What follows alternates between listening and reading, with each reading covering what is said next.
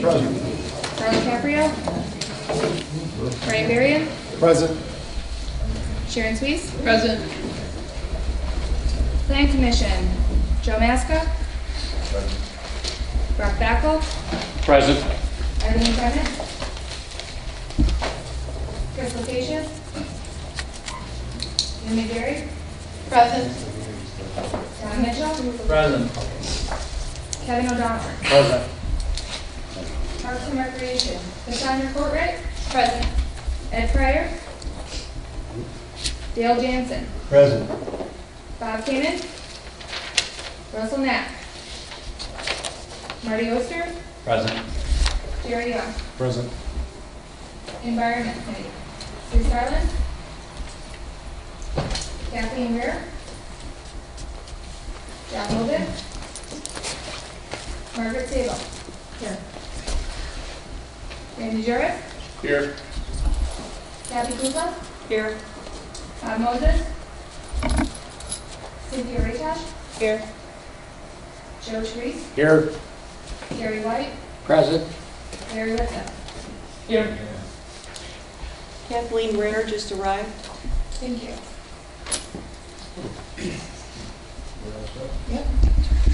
Okay. Mayor, will we put it on there? I will put you on there, Bob. All right, before tonight's presentation begins, Trustee Sharon Swees will provide some background information on our guest speaker, Mr. Pete Pointner. Trustee Swees, if you want to proceed with your presentation. Thank you. Thank you. Good evening. Mr. Pete Pointner is an architect and planner with over 50 years of experience beyond his master's degree. He taught at the university level for 7 years. He spent 13 years with the international planning and engineering firm, where he was a vice president in charge of community and environmental planning and directed assignments in 25 states and 4 foreign countries. Pete founded Planning Resources in 1981 as an interdisciplinary consulting firm. And it had 18 employees when he sold the firm to his partner of 15 years, to his partner 15 years later. Since 2000, Pete has served as an independent consultant. He has been elected to the College of Fellows of the American Institute of Certified Planners and is a lifetime member of the Institute of Transportation Engineers and American Planning Association. Municipal planning experience includes his role as acting director of planning for 5 communities and ongoing consulting village planner for Kildare and Bloomingdale. He has been an expert witness in land use and zoning litigation on more than 65 cases. In the private sector, his master site planning has been recognized by awards from the National Association of Home Builders and the Illinois Association of Landscape Architects. He has also held key roles on projects which have won national awards, such as the design of I-70 through Glenwood Canyon in Colorado and the waterfront revitalization and Capitol Center redevelopment projects in downtown Providence, Rhode Island. Pete has spoken at national, state, and regional conferences. He has been a guest lecturer at 10 colleges or universities, presented dozens of workshops for plan commissions, and served as a faculty member for Lorman Continuing Education Services. He was on the National Subcommittee of APA on Green Infrastructure and the team leader for an American Planning Association Community Planning Assistance Team in 2015.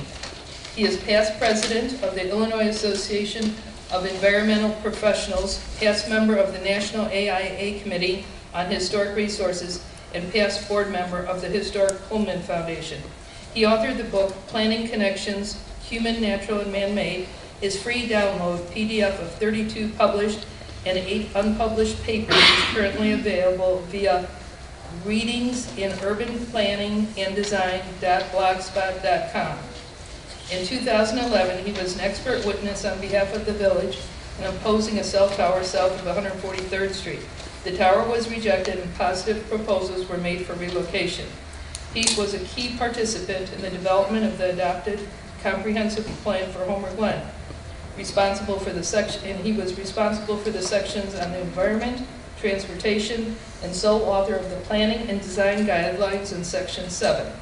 He was a key contributor to the land use recommendations and public involvement process in Homer Glen. This presentation is entitled Shaping the Future of Homer Glen for Economic Vitality and Environmental Quality. May we present Mr. Pete Pointner.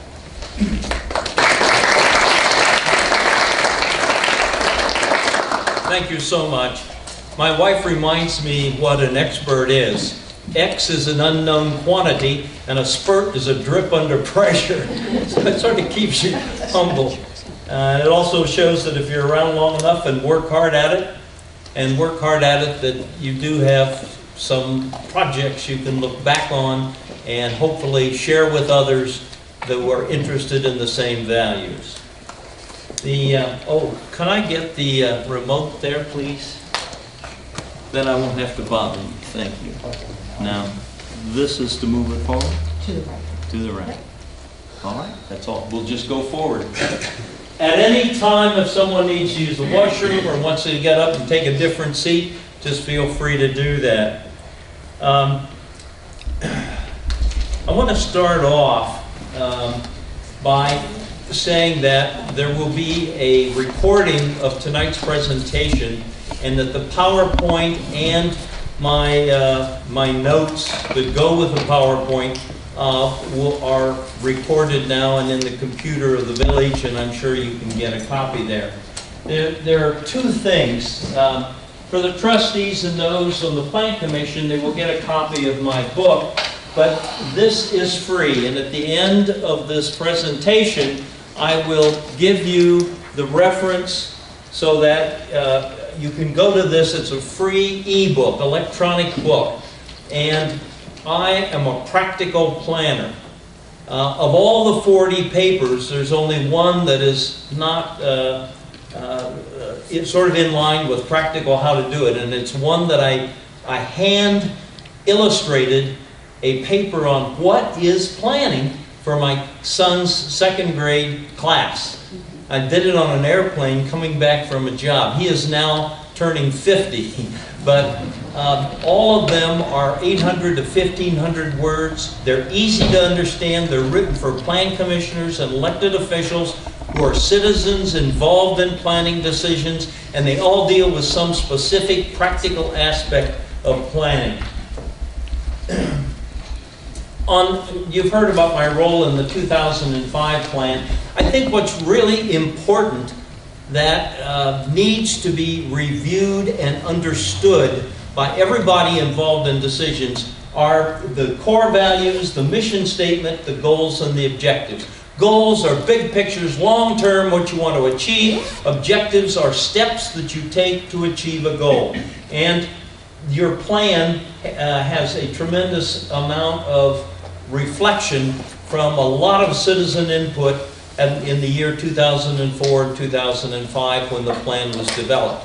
If any of that needs to be updated, then bring that forth through the Plan Commission. Let the Plan Commission consider it and work with the citizens and the board to update it. But it's really critical to say what it is that you stand for. To the right. Thank you. You know, there's a story about Fred Baer, B-A-E-R. He was one of the world's most famous archers. He literally at 50 yards could place an arrow in the center of a target and then split it with the next arrow. He was world renowned. He was a hunter with the bow. Towards the end of his life, he somewhat regretted taking so many trophy animals, but elephants and flying pheasants, whatever it was, he hunted with the bow. But the story is, if you put a bag over his head and you turned him around 15 times, he couldn't even hit the broadside of a barn.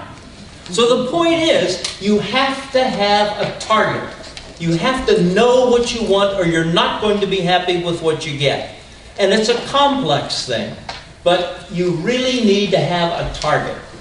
Now, a comprehensive plan, you'll see many different types of comprehensive plans, but the fundamental issues and pieces of a comprehensive plan are land use and infrastructure. By infrastructure, I mean sewer, water, streets, power, those types of things. And on the land use, the plan should give clear direction as to what type of land uses you want for all of the property in your planning jurisdiction, which extends beyond your boundaries to the next community up to jurisdictional boundaries, which is beyond your municipal boundaries. So you can plan beyond your limits as long as you're not overlapping. And the pattern and the mix and the intensity or the density of that use. But many plans don't really address the timing, so that you don't get leapfrog development where somebody has to pay for sewer and water extensions because you're allowing new developments separated from the existing municipal facilities and services. And the quality of development. You have every right in a comprehensive plan to identify the quality of development. I did Section 7 of the ordinance, and it contains guidelines for shaping development. What should a good residential development entail, or a good commercial, or a good industrial? And it's based upon literally 40 years of my experience with municipal planners and with my staff, developing these guidelines. They are practical. They don't impose a super onerous pressure on the developer, and they will result in much higher quality development. And there are connections between all of these factors that need to be taken into account. I walked out of a meeting with the Board of Trustees in Glen, and several people from the press came up and they wanted to ask me questions. I've done work for Glen for 25 years. And so this trustee came up to me and she said, "Pete, don't use the term land use. That is dull." And I said, "Oh, well, maybe I'm just not explaining land use. Because land use really impacts your tax base, your property values, your own personal property values, the cost of public services, including school busing. Take a look at the budget for the school district. See how much they spend on busing. It's huge. Fire, police, postal delivery, street maintenance, all of those things. When you don't have a proper mix of land uses, you create the need for transportation, which is a substitute for nearness. And that need for transportation in our society means long drives in automobiles with single drivers. Land use affects environmental sustainability, social, economic, and environmental. They're all connected. That's why I titled my book, Human, Natural, and Man-Made. And the quality of life, the identity and the sense of community, they're impacted by the quality of land use and should be directed by your plan. And last, convenience to open space, retail and service opportunities, employment, education, convenience to plan so that land uses are related to make them convenient to where people live. Now, I am not going to go through tonight and read to you from PowerPoint things. There's only 2 or 3 of these. Most of them will be illustrations. You can form your own judgments. Some of them show the best of what I think can be done that's relevant to Homer Glen. And my challenge to you is either make it happen or do it better. It's not the beginning and the end. There's no perfect plans, and there are no permanent plans. Change is constant. One last thing, some of the practical values of a good plan. It guides development and infrastructure decisions. It focuses resources. Where do you spend money on streets? Where do you spend it on bridges? Where do you spend money on acquisition of open space? Where do you put your staff time, your financial resources, your effort? Secondly, it should be the basis for amending codes and ordinances. Third, it helps to identify development opportunities. It's a marketing tool. If you have a good plan, you have something to go to a good developer, and I'll talk about that in a few minutes, and entice them to come to your community. And then it helps to solve and avoid problems. Every community, every person's got problems. And if you don't do something about conditions that are affecting your life and your community, it'll become problematic in the future. So it's to solve and avoid problems, to meet future needs, and to realize new possibilities. When I was teaching at Texas Tech back in the early 60s, there was a drainage ditch through a little tiny Hispanic town in Texas called San Antonio.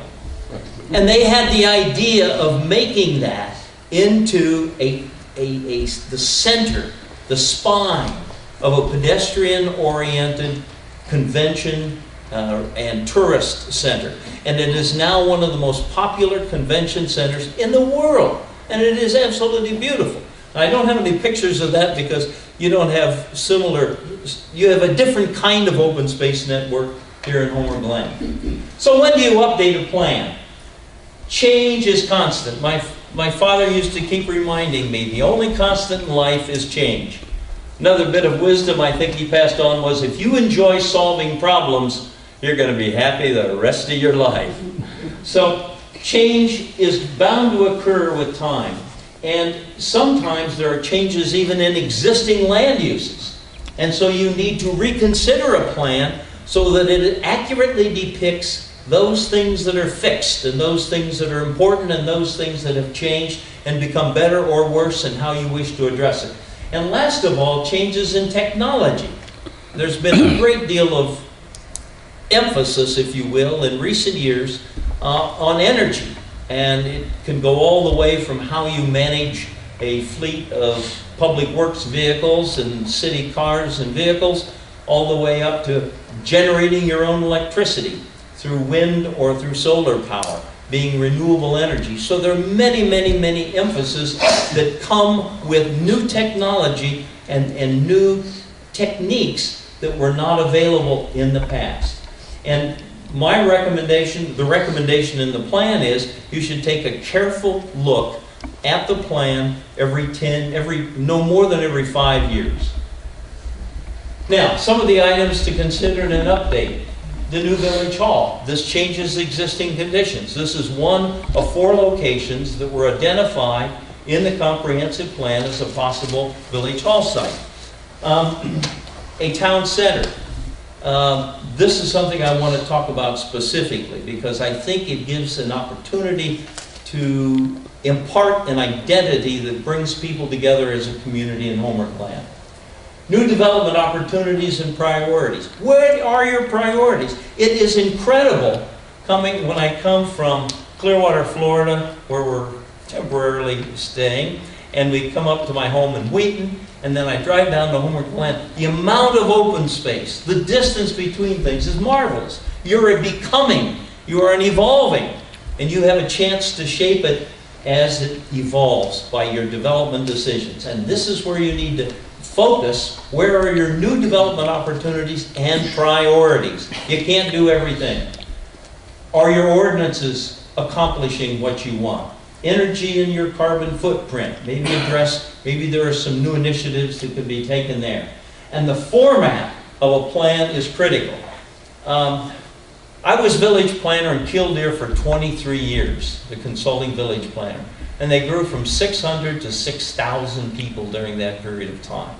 And I'll talk a little more about some of their ordinances and how they changed and why they changed and why it was rational and there were changing values. The format, though, it's a 23-page, black and white, double-spaced document, the comprehensive plan. And it did them well through that growth period. Bloomingdale, we became village planners, my firm, in 1985. They grew from 7,000 to 25,000 while we were village planners and I was directing that work. We wrote ordinances, we updated their plan several times, and what I have found useful, every community has to make their own decisions, but what I found useful is to have a fold-out poster, a 20 by 30 poster. And on the one side, you got your land use map that shows the key land use and infrastructure proposals for the long-term future. And then on the back side, if you want to put some words, you can put in the goals and objectives, or you can talk about priorities, or you can put in some key words. Or sometimes for a developer, it's useful just to have a table saying this is our existing table of existing land uses. So you see how many acres are vacant, how many of this and that, and it's useful to them in doing market studies and analysis. So enough of that. Here are some ideas to consider. I've got bad pictures of bathtubs for storing stormwater that are polluted and terrible. But retention and detention facilities like that in the upper left can be great wildlife habitat. They can be very attractive. I did the plan for Manchester Lakes, which is a Crystal Key Award winner and a Silver Key Award winner from the Home Builders Association. The lots that back up to a retention pond like this, they get a premium for, sometimes $15,000 for the same lot that they've got a street over that's not on the water. So incorporating green is a way to increase the value of the development. You can make green in garages. You can make green in bridges. I mean, how many times have you seen just a culvert, a steel culvert running under the road? And that's where fortunately, the raccoons and some of the wildlife can use it. But you can make them big enough for a pedestrian way, or you can design it so it's an attractive and artistic feature. And as you drive down that road, you are aware that this community has a value, places of value on their natural resources, on their water courses, their green lineage. And pedestrian ways that weave within a community. All of these are ways to link people to the natural environment and to green. The bottom line is, think green. Green bridges. In the upper right is a parking garage in a big urban area. In the lower left, this is a utility substation in Elk Grove Village, where the firm I had, when I was directing planning resources, they wanted to beautify all the public spaces, schools, utility facilities. And this is just a routine, very functional, mechanical system that becomes almost a park-like setting. This is a development that, if you haven't seen it, I strongly recommend it. It's called Oak Creek Courts. Dates back 40, 50 years. It's up off Half Day Road. And it has a central collector road that has no direct property access. And then they have little clusters, and it's amazing how small the lots are, and you feel like you're in a forest with 1,000 acres because of the planning and design care that integrated the housing with the natural environment. Now, one of the concepts that I've written a paper on that I think, again, none of them will take long to read. One of the concepts is the concept of low-impact design. In 1795, the United States Congress enacted an act which gave a basis for legal descriptions of property. And it was based upon the grid system, mile square, quarter sections, down to furlongs and everything. And it's basically the basis that a lot of our subdivision ordinances establish a basic 66-foot right-of-way for roads. Now, here's one in a single-family residential subdivision, and look at this. So you're taking land off the tax rolls and putting it into a maintenance cost item for the municipality, and it sure isn't, I don't think, very appealing and not very green. Now, these lots are half-acre lots. Over here, these are 5,000 square foot lots. This is a development in Bloomingdale. We didn't do the planning for it, but we held the developers' toes to the fire when they were doing it. These small lots, there are three things that make the small lots work. Number one, they all back up to a green corridor. So you may have a 5,000 square foot lot, but it looks like you got an acre lot, because you look out and all you see are the ducks out in the pond and the beauty of the natural environment. Secondly, they have outside maintenance. So it's all kept up. That's part of the homeowners association. And the third thing is, this was a curving roadway, and they wanted originally to have a straight roadway, and we got them to add a little curve and then put an island in. Sometimes I've seen this where the islands are 40 or 50 feet wide. They become really a playground or a place to run the dogs or throw a frisbee. Mini park. Here's another. This is terrible. This is one of the problems we tried to solve in Bloomingdale. A residential street that wasn't designated a residential street. They didn't have any, all the bones in your body aren't the same size. The ones that take more stress, they're bigger.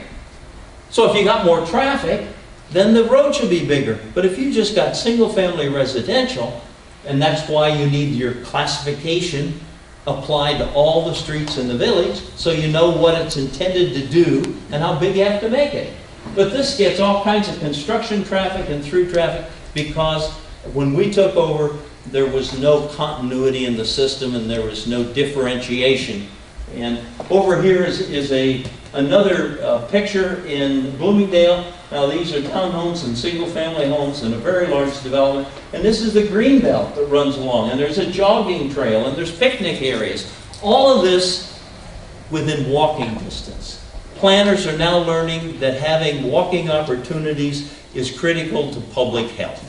People are much less likely to sit and watch television when there's an opportunity to walk that's pleasant, when there are things within walking distance that they need on a daily basis. I'm going to spend just a minute talking about Kildare. This is what I call popcorn housing.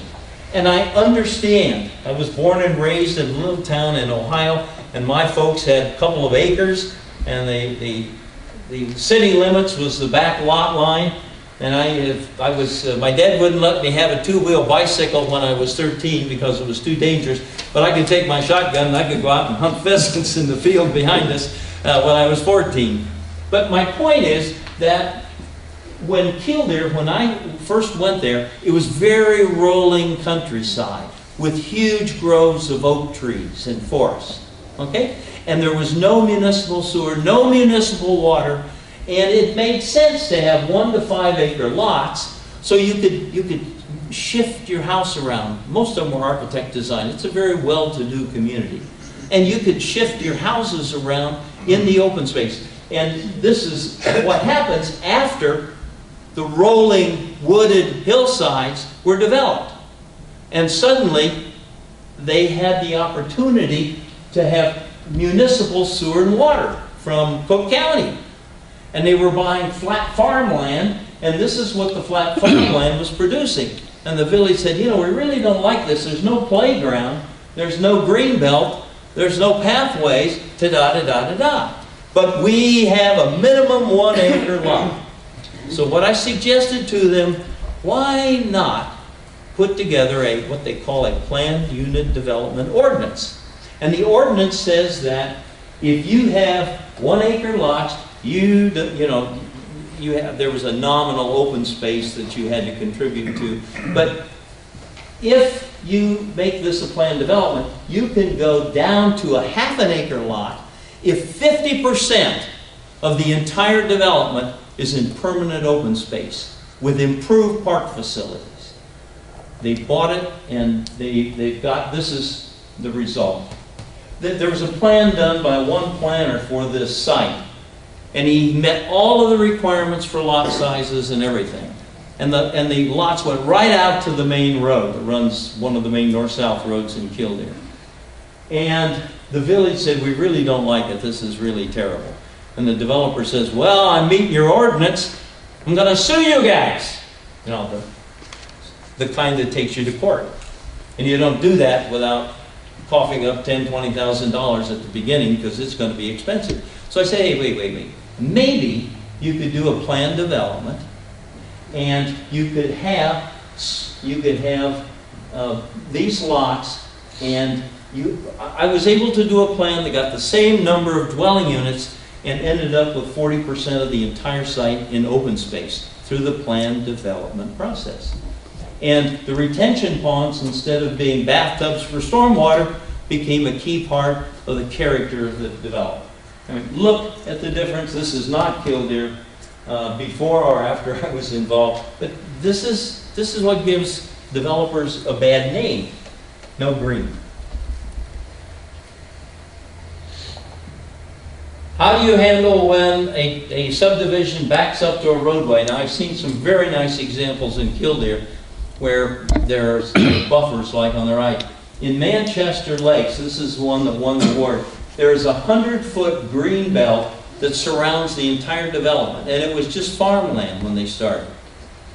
And there's a major park, and every one of the sub-areas links into that park with a pedestrian system that is independent of the roadways. And there are sidewalks along the roadways. And one of the worst solutions, and this is all over DuPage County, is when they allow the board-on-board fence. And I tell you, my father was in the lumber business, and I know how long, from practical experience, cedar boards will last outside like that. So it's a maintenance problem, and then somebody wants to put in a different kind of fence, or even if it's all the same, you get patchwork stuff. So that's something to keep in mind. Arterials. They don't have to look like on the lower right-hand corner. Now that's much more urban than what you're dealing with, but if left to its own devices, and there aren't sufficient guidelines for signage and for curb cuts on arterial roadways, this is the kind of development that you're going to get. May not be this big or dense, but it's going to have some of the same things. On the left here, this is in Bloomingdale. This is a major arterial, Army Trail Road.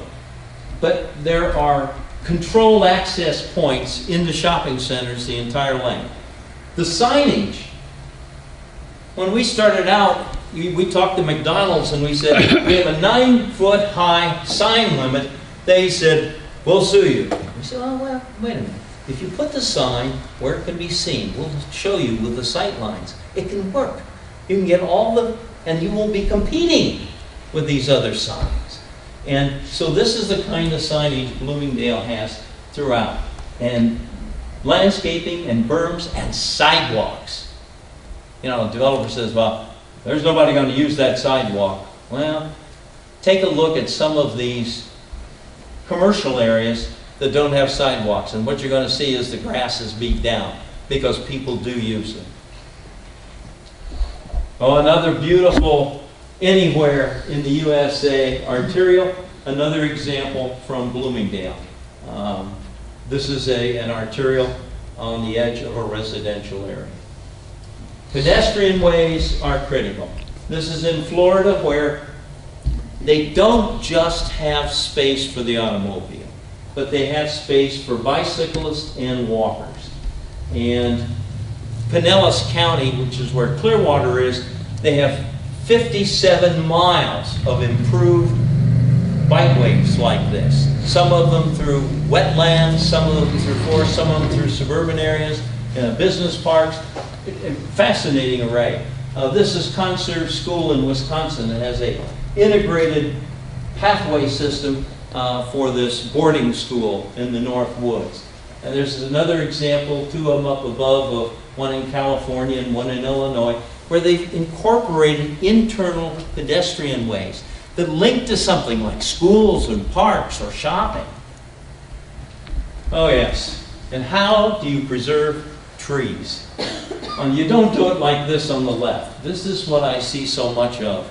And it breaks my heart as a planner to think that people could have such a beautiful environment and they do. Well, this is sort of a typical urban situation. There's no tree protection. There's no erosion control protection. It's a mess. And here is an example from up, not in Kildare, in the community to the west. Not Lake Zurich to the north. They got the cute little retail area downtown. And this is the highway I worked on in Colorado. We actually marked specific trees to be saved. That cluster of little trees there, things grow slowly in this dry environment, in this canyon environment in Colorado, in spite of the river. They grow slowly. And so we marked the trees that should be saved throughout. And then when we came to the side creek, Grizzly Creek, there is sufficient space in the creek that wildlife, they have bighorn sheep and deer, can come down to the river. And the trout can swim up. We haven't changed the base elevation of the stream. Design details that make it fit the environment. There are places for, I had one person at the dedication in 1992. I went into the drugstore, they had no idea that I had a hand in the design. It was everybody's. I mean, the men who put the landscaping in, it was their highway. The people who designed the tunnels, it was their highway. So everybody said it was their highway. I said, everyone's making a fuss about this. Is there anything wrong with it? Oh, yes. The bicycle traffic is terrible. There are just too many people using the bicycle path. And I said, that's all right. That's the kind of problem I want. Just a couple of more. One of the problems when you have a community that is trying to keep down the illumination of the sky, trying to have a dark sky policy, one of the problems is if you got a state route, they have their standards. The engineers have their standards. I've got a lifetime of working with engineers, and they need them. And the standards basically require a certain amount of lighting on the state route and on the access points at stoplights and side streets. And so in Roosevelt Road in Glen Ellen, I was serving as acting director of planning.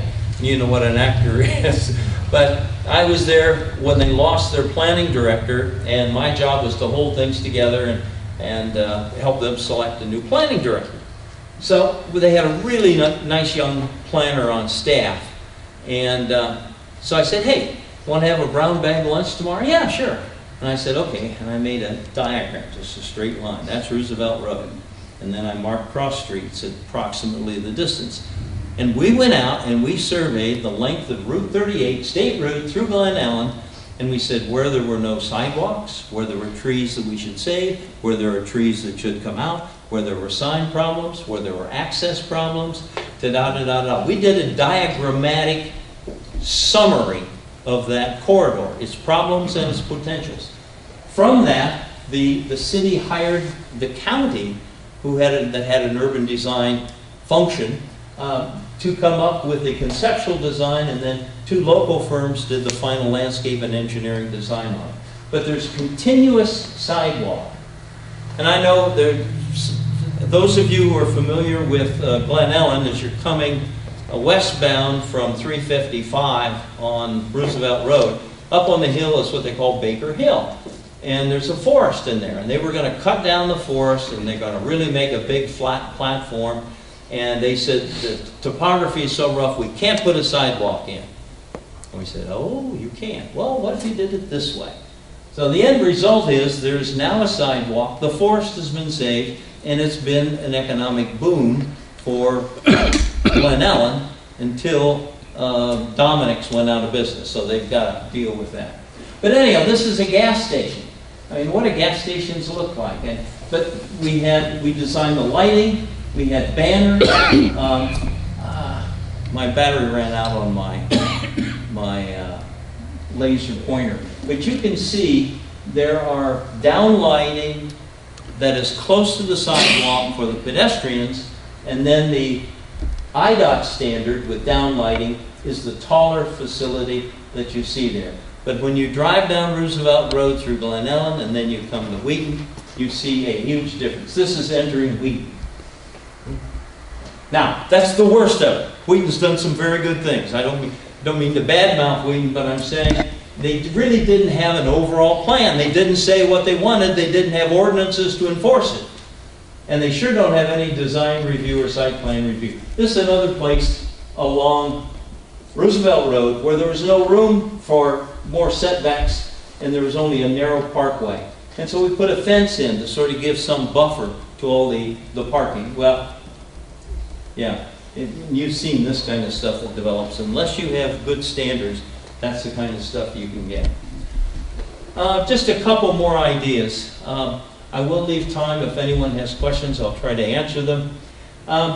Lighting is very important. Here's again the lights in Glen Ellen, and in the upper right to the left, that strange one, that was designed by engineers in New Mexico along Route 66. And the symbols are for Indian arts and crafts, for the railroad, for the Conestogas that opened up the West. So they got a half a dozen symbols in Cortan rusting steel on these design light posts. They're very, very distinctive. And when you're on Route 66 through Albuquerque, boy, you know it. In the upper right is an example of Clarendon Hills, where they direct you to the village hall, and you can find it easy. I had a little trouble tonight. Let's see. This is in Elk Grove Village, where we did street signs with the symbol, the elk on it. So you can add some personal identity to the community in your selection of lighting standards. Keep pressing up. And entry treatments. I think the sign the one sign that I saw entering Homer Glen is really very, very nice. Very similar to this one in Glenwood Springs. And the upper right is a tower in Clearwater. Sometimes along state routes, because they're using federal money, there are standards that they have to follow as to when they will put in a noise barrier. And this is one I've always liked. It's a real dark, I'm colorblind, my wife says it's dark green, but it has a lot of landscaping along Kalamazoo, along Interstate 94. And it provides a barrier to the residential uses behind it. It presents a very, very pleasant kind of frontage, in my opinion. This is another example from Albuquerque. If you have a museum, you have a zoo, you have an amusement park, you have a major park, there's no reason why you can't do something along that right-of-way to give it an identity, let people know, hey, you're here. This is at the airport. And they have this coiled metal, and then in the center they have pottery, and because the Indian culture and the Indian arts and crafts are very important down in that area, and it really is very distinctive. Let's see, just a couple more. Public art. Here are some examples that I really love. This is one that I think would tie in well. This is very similar to what you may see on Hamilton Lakes on 355 north of Wheaton. North of Glen Allen. These are horses, and these are just thin sheets of Corten steel, but they're arranged artistically. There are several horses that are galloping. This is a water fountain where kids can play in it. I mean, it's an interactive thing. It involves people. This is a fountain in Aspen, Colorado, where they've restored the historic buildings and taken advantage of that. You don't have a historic district, but the idea is public art can be interactive, the sound, the sight can be very pleasant. This is Memorial Park in Wheaton. They have their Taste of Wheaton there. They have a band shell, and every Thursday night in the summer they still have old-fashioned bands. And you get people coming in, they're sitting on the lawn and having picnics, and kids are running around, and it's the best of chaos that I know of. This kind of sculpture you've seen, you've seen it outside libraries. They'll have a statue of a little kid sitting there reading. There are sculptures and manufacturers that can manufacture those to provide a more pleasant pedestrian space inside a design. Vancouver requires a certain percentage of every development to be devoted to public art. I forget the exact percentage, I think it's 3 or so percent. They have another thing. When there's a very large development, they have to have a certain percentage of the housing that is what they call employee housing, which means it's not Section 8 housing or public housing, but it's housing for people who make more modest incomes, to get some diversity in the neighborhoods. So there's a lot of ways. This is in Santa Fe, New Mexico. The whole downtown has got these sculptures. In this case, this Indian reaching up to grab an eagle, and there's all kinds of beautiful things that can be added. Okay, this is really my last major slide.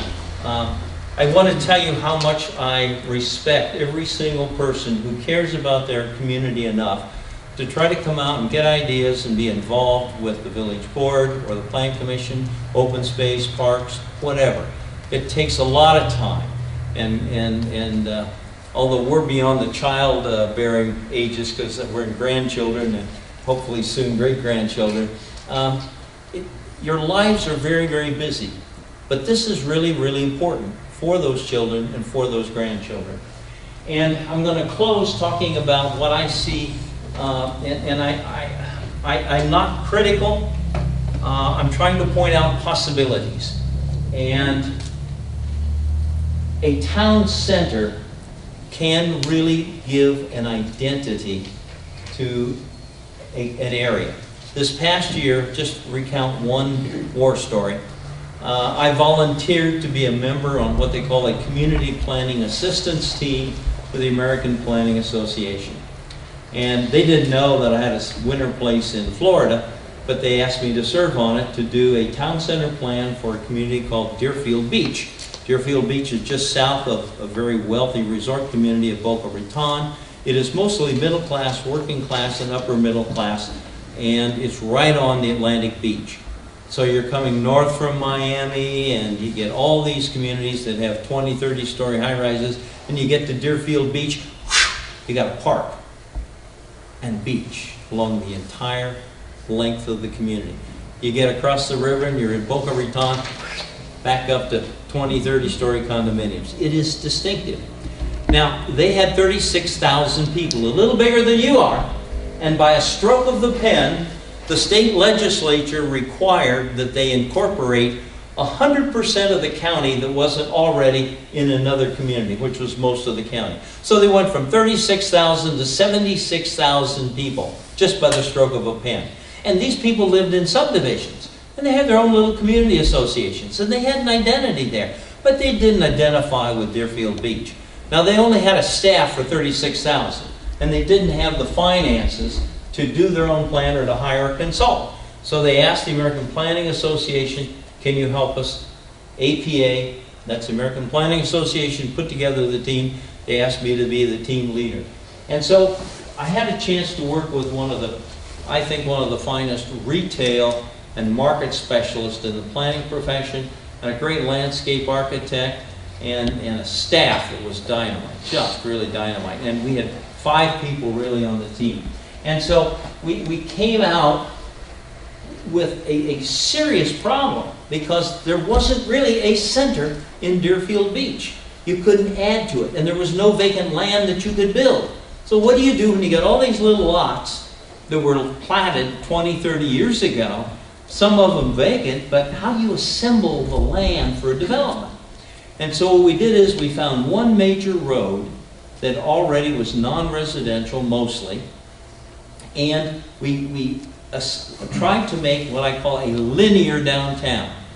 So the new town center will essentially be about 3 blocks long, and to make it more vibrant and to attract developers, we recommended that there be density bonuses, so that we were talking about 3 to 5 story buildings, and if they got above 2 or 3 stories, they should be stepped back so you don't see the big building, with generous sidewalks and a pedestrian environment that attracts people, with trees and banners and thematic lighting and curbside parking, and only 1 lane of traffic on this road, and special treatments so pedestrians can cross easily. There's a big park across the way. This is in Deer Park, but it illustrated some of the principles we were talking about for the town center.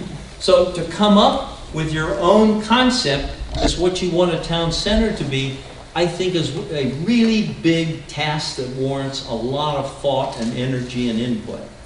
A friend of mine who's a real estate person, I hired him to do market analysis on several downtown plans that I did. And he said, downtown should be everybody's neighborhood, because it has something that draws people from throughout the entire jurisdiction, whether it's a post office or a library or a municipal office or shopping or restaurant or amusement or park or whatever it is. It has appeal to more than just one segment of society and of the community. So it becomes a neighborhood visit for somebody, for everybody in the community, for some reason. And so I've written a paper on this that summarizes some of these. It will be on my blog site within 60 days. It's already written, it's out for publication, but it takes me a while to get the blog site up.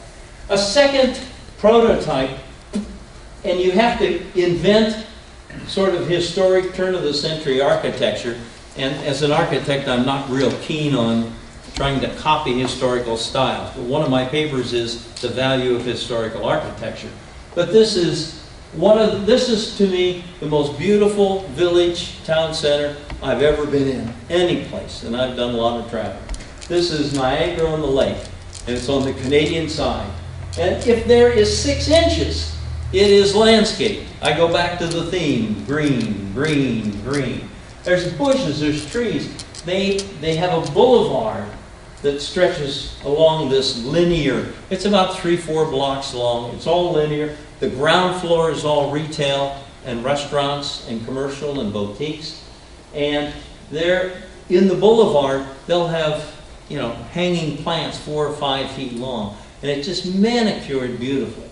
So this is sort of the traditional town center with 2- and 2-story buildings basically, and broad sidewalks and heavy landscaping. Now, closer to home, Deer Park, which is a neighbor of Killdeer, they beat Killdeer at getting the largest piece of open land for commercial development along US 12. And they built the Deer Park Center. Now, there's no municipal functions that I know of in there, but it is like a lifestyle center, like you see in Geneva along Randall Roads, one of those kinds of things. A real upscale kind of retail establishment, but there are meeting rooms and there are restaurants and so on. But to their credit, they have a pedestrian system, 8 foot wide, that weaves around it along the main roadway and into the residential areas. So this is starting from scratch and building it like a shopping center. This is taking older buildings or inventing buildings of that scale and making it more traditional.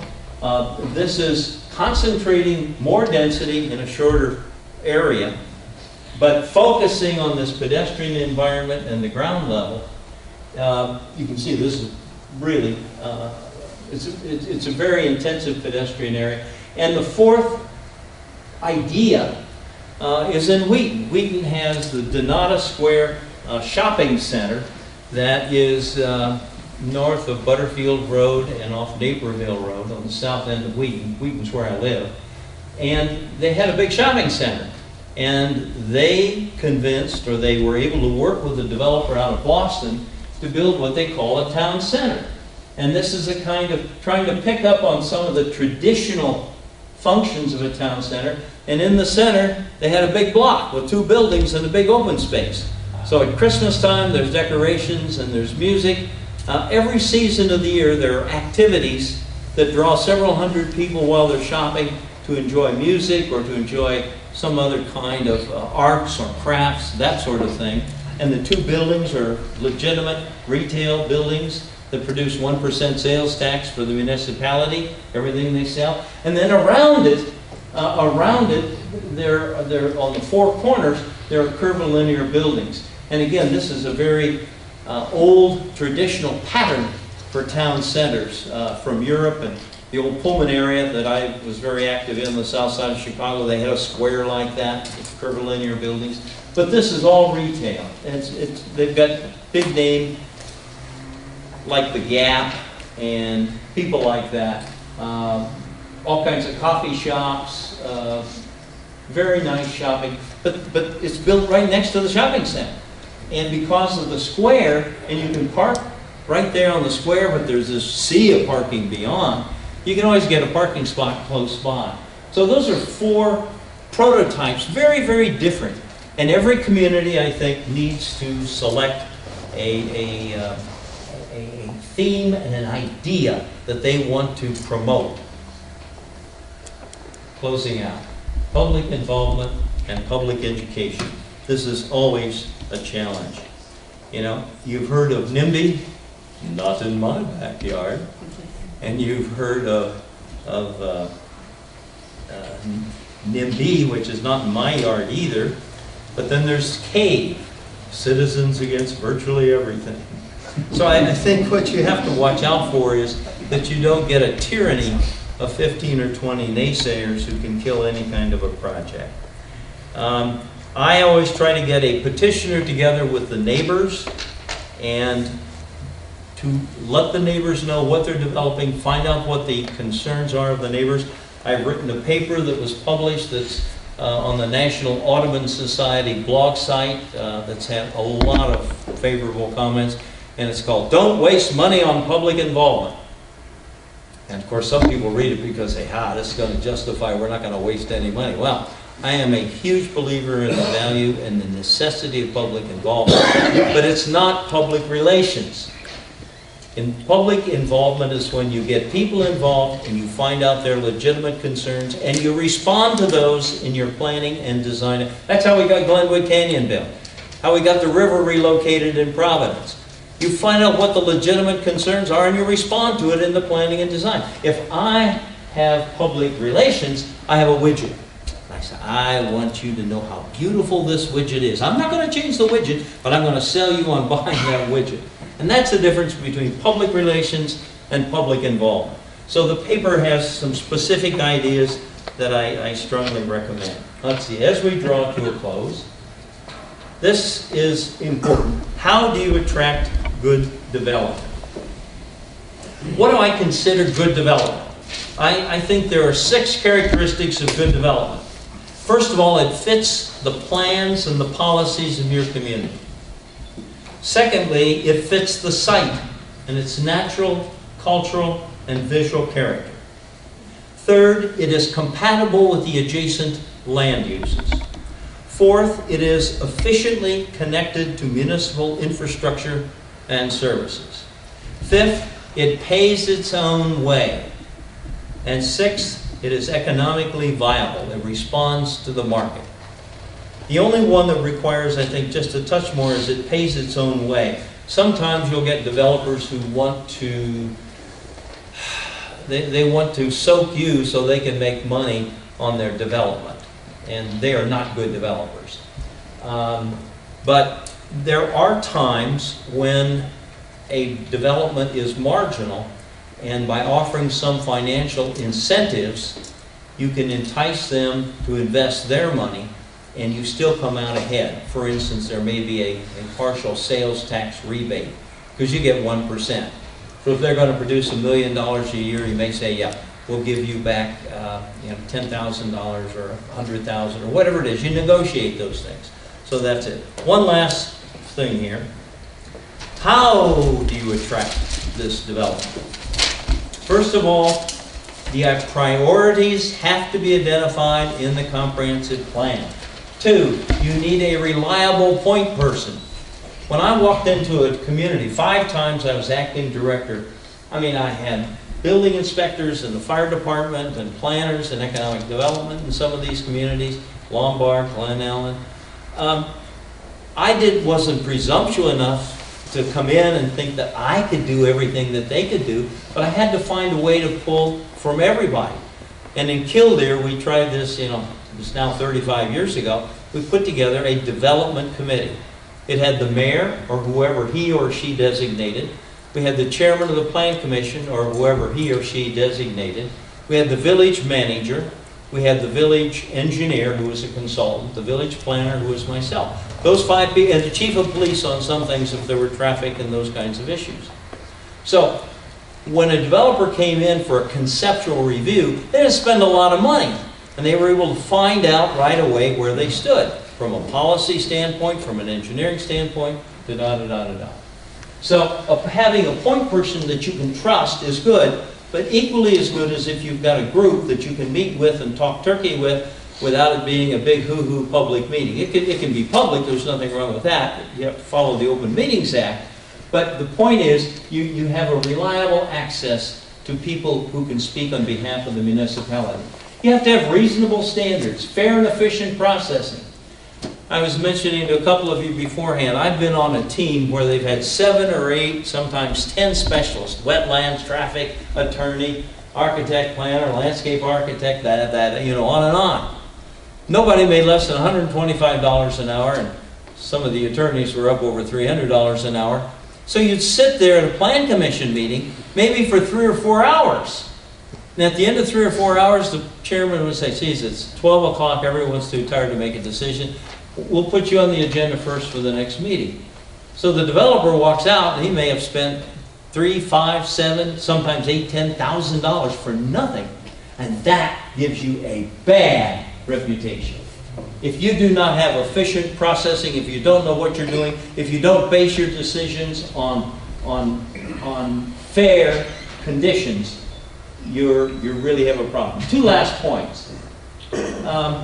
I was working for a very well-known residential developer, very responsible person in my mind, did some very nice stuff, thousands and thousands of units. And we were in a community in the southwest part of the region here, and the Plan Commission said, you know, you got all these new homes, we need a new fire engine. Oh, you don't have this written down, no policies, you know, land cash donation. I mean, it's okay, but we didn't know that going in. So after this, well, we need a hook and ladder truck. Wait a minute. The whole town is single family.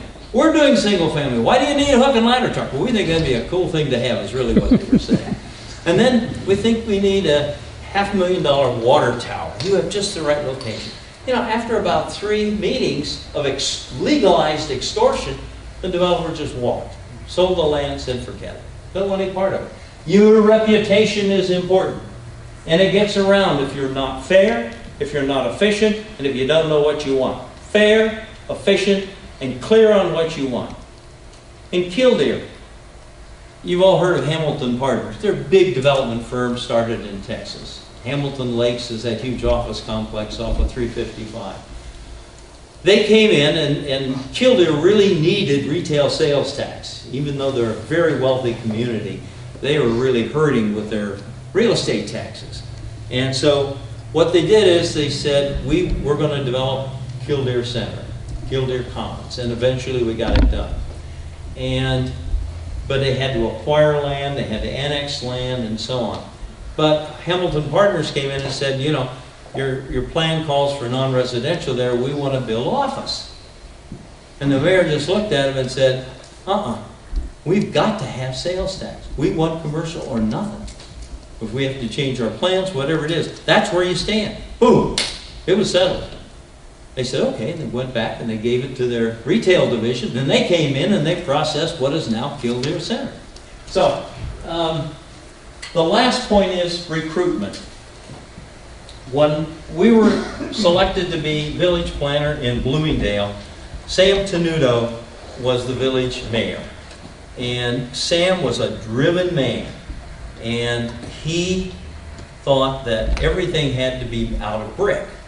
I said, Sam, you know, well, first of all, we enacted a site review ordinance so that he wanted our team to review everything that wasn't one single family home. Any cluster of homes, condos, commercial, apartments, industrial, and we wrote new ordinances. Our business park ordinance was like 30 pages with details of landscaping and infrastructure specifications. So Sam says we want it out of brick. So we had to put together guidelines that made that legitimate. So a developer coming in, and they were all attracted to Stratford Square. I mean, we started out with 900 acres, and only about 40 of it committed to the shopping center. The rest of it was all to be developed. And so we had to, my point is, we got the mayor was this driving force. Then the mayor said, we need some senior housing. So he went out and he recruited a developer. And I've seen this happen in a half a dozen other communities, where the mayor or a member of the board went out and recruited a really good developer. And let's see, I think I got one last slide, wrap this up. You've been very patient.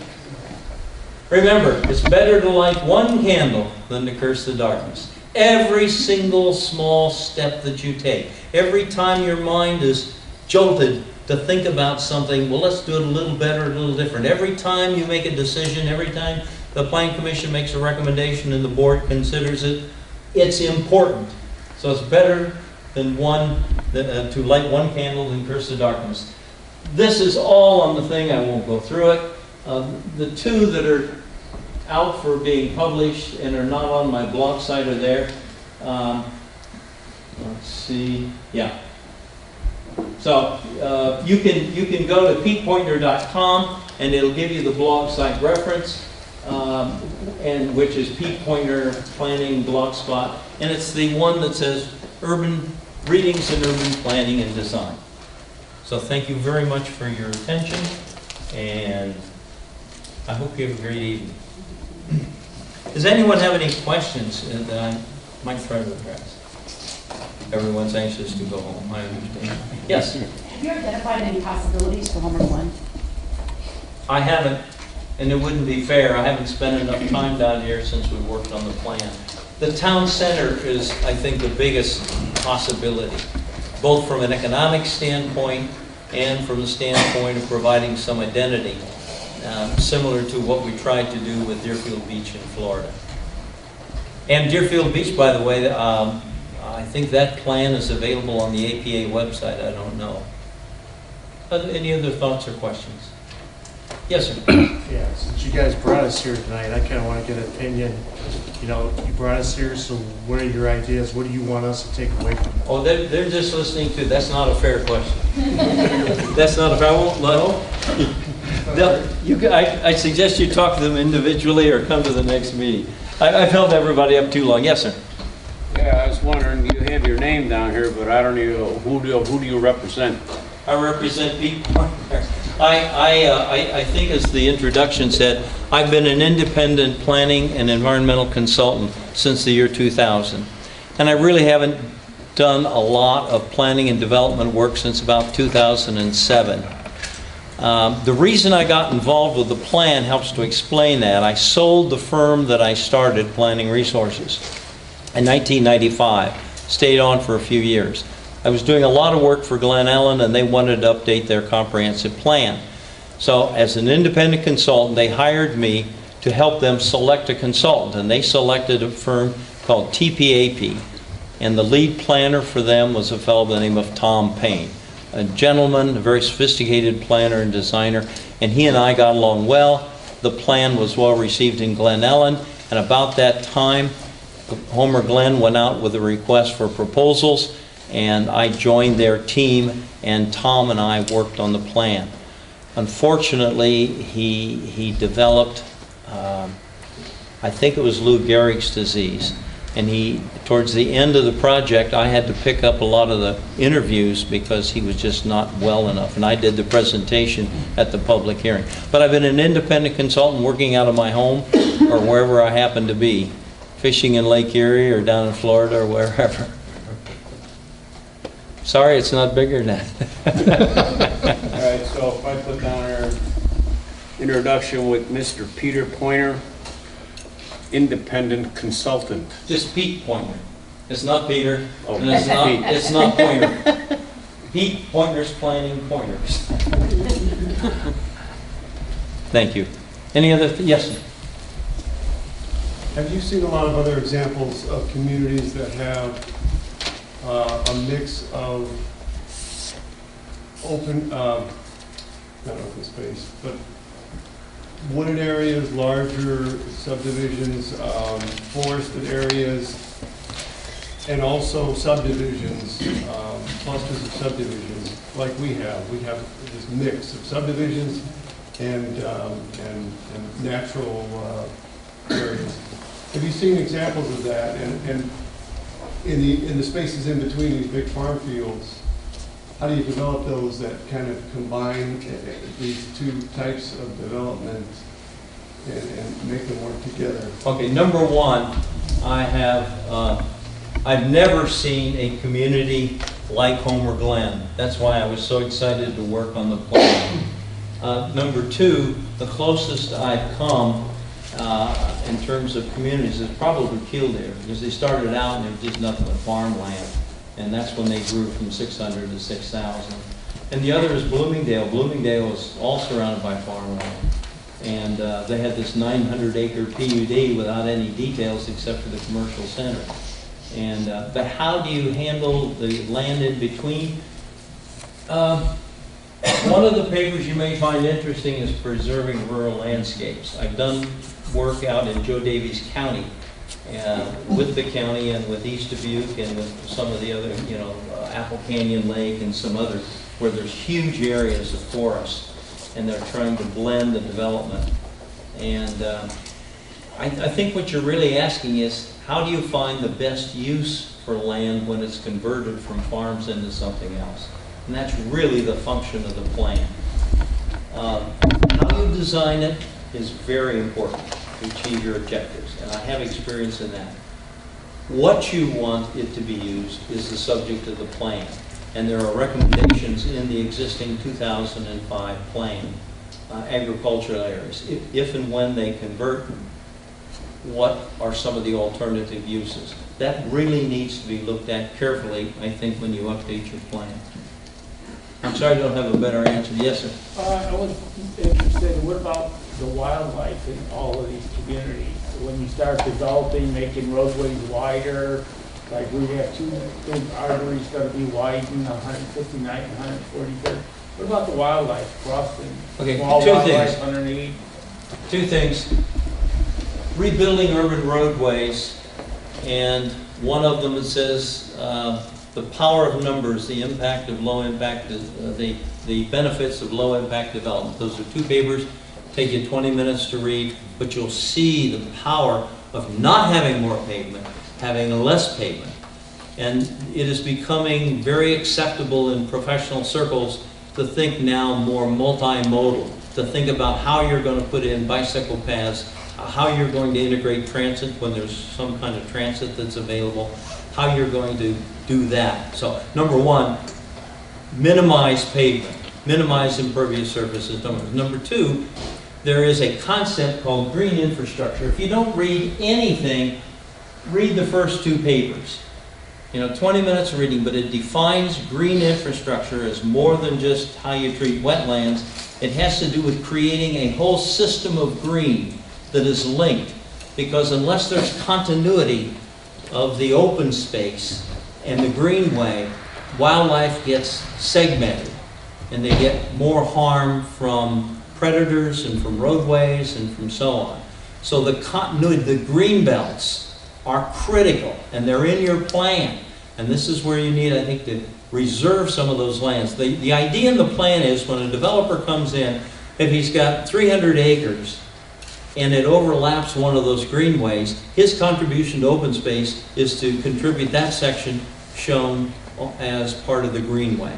Okay? And within the greenway, I don't know whether it was this plan, but you need to have a certain width so you get edge plants and you get mature plants towards the center. I forget in this area exactly what that dimension is, but you want generous roadways. This is why it's important to maintain fence rows on farms. And the farmers don't like that. They want to get as much as they can out of their farm. They want as much yield as they can. But, there was a study done, now it's a bit dated, but the point is valid. Something like 65% of the songbirds in central Illinois are extinct, simply because you read Deuteronomy, it says, do not cut the trees when you siege the city. Do not cut the trees. So, number one, you reduce the pavement as much as possible. Number two, you have multimodal solutions. You think about pedestrians and you think about bicyclists and transit if you have it. And number three, green. Continuity of green, the right size, the right space, and systems of green that cover the entire area. I did one plan, it just reminded me, in central Illinois, where they in fact adopted a green belt around the town. And they said, beyond that, we're going to preserve the prime ag land, and within that belt we can triple the size of our city, but there's a continuous green belt. As a scoutmaster, I could take my scout troop and walk from my home to the green belt from almost any neighborhood, and I could spend 2 nights circling the entire town and then connected to major parks. And if somebody, one of the old guys, that's me, had a heart attack or something, you're close to the emergency services. If somebody forgot something that's critical, like the hot dogs, you can get some. But you've got wildlife and you've got nature, and it varied in width, and it protected all of the surface water courses. So it had a groundwater recharge benefit, it had water purifying benefit, it had a lot of benefits. Yes, sir. The Chicago Metropolitan Agency for Planning, yes, in their most recent forecast is showing close to a 75% increase in population in Will County over yes, the next 25 years. The obvious is during last year, Illinois was one of 6 states that lost population and lost the greatest number of people. How do you reconcile that environment? And you want to be conservative in planning for economic reasons, you don't want to sit on your hand, but on one hand, you have government agencies forecasting tremendous population growth, and what you look at and see is if they don't solve problems in Springfield, it's probably going to go the other direction for some number of years. That's another point, and I agree with that.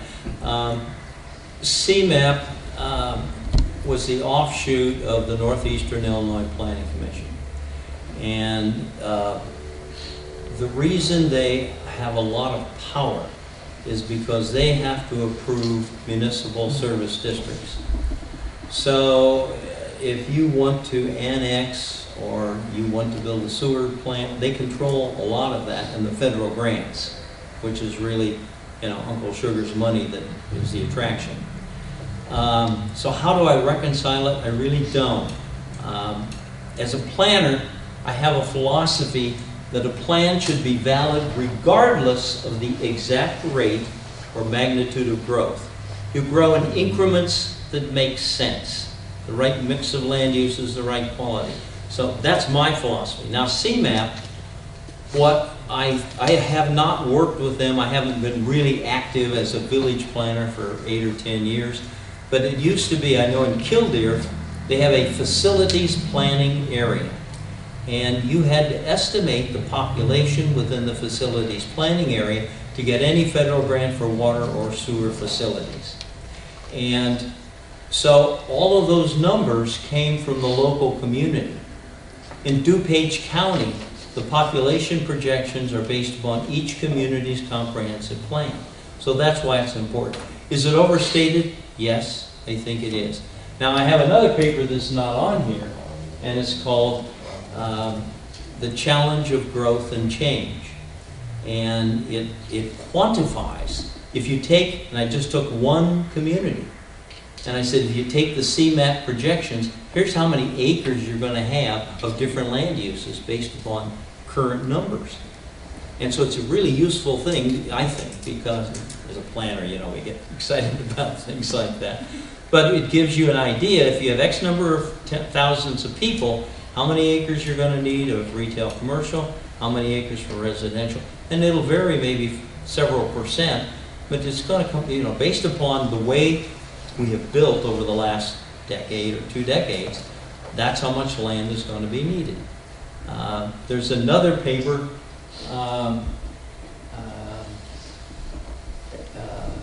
it's titled Planners Impact the Future of Your Region. And it was built on those other 2 papers that were published in the Illinois Municipal Review. But you'll see all of those on there. And again, none of them are real long, but you can read the first paragraph and you get a good idea whether you want to read the rest of it or not. But it addresses some of those issues. How you handle large growth projections when you're not really sure. But how you have to plan in case it happens. The key thing is you've got to look at all of the land in your planning jurisdiction and come up with what you think the best use is. And the only way you're really going to preserve true agriculture is to have an agricultural preservation plan. My opinion is that really is something that has to be worked out with the county. A city or a village that wants to preserve 200 acres because it's prime ag land, when it's right next to their boundary, right next to sewer, right next to water, to me that's questionable planning. But if you take it, you know, like Kane County, they got a whole region in the county that they are projected. And fortunately, the county board has a strong input from the farming community, and so they can achieve that. But, you know, I worked in one community where they said, we don't know what to do with this land, but we're going to call it agriculture until something better comes along. I mean, that's not planning. Okay, any other questions? I'll be glad to stick around if anyone wants to say anything else, but thank you again.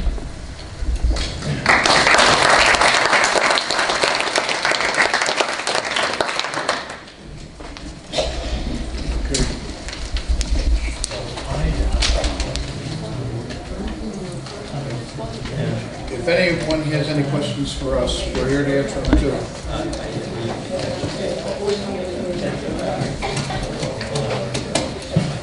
If not, like a motion to adjourn. So moved. I said, All in favor? aye.